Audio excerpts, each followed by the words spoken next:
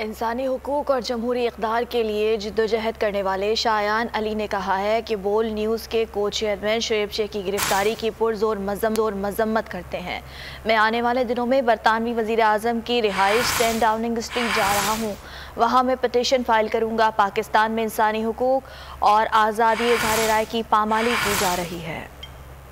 करता हूँ बोर्ड को चेयरमैन शुएब अहमद शेख के अरेस्ट को एक एग्जाम्पल है विक्टिमाइजेशन का by the fascist regime of Pakistan.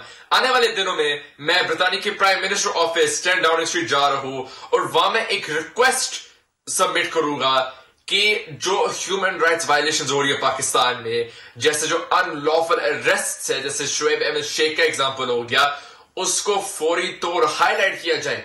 पूरे पाकिस्तान में सिर्फ एक चैनल है जो हक और सच के लिए अभी खराब है और वो है बोल न्यूज, और उसके चेयरमैन को अरेस्ट कर लिया है और वो भी फॉल्स एलिगेशंस पे। ये इमरान खान को भी जो हक और सच के लिए खड़े हुए भी है उनको भी अरेस्ट करना चाह रही है। ये फासिस्ट रजीम को हमने कॉम्बैट करना है और मैं डिमांड करता हूं इमीडिएट रिलीज बोल के को चेयरमैन शुएब शेख का। अगर आपको ये वीडियो पसंद आई तो लाइक पर क्लिक करें।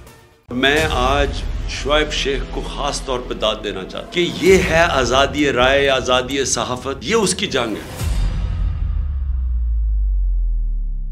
हर किस्म के दबाव के बावजूद शुएब शेख खड़े रहे इस मुल्क की उस सहाफत के साथ जो जमहूरियत का हुस्न है। एक वो सहाफत जो किसी प्रेशर में नहीं आती, जो किसी एस्टेब्लिशमेंट से नहीं खौफजदा होती। ये जो डाकू मुसल्लत किए गए हैं, इनकी रिश्वत नहीं लेती, वो है इस मुल्क की असासा। सहाफत वो असासा बन जाता है।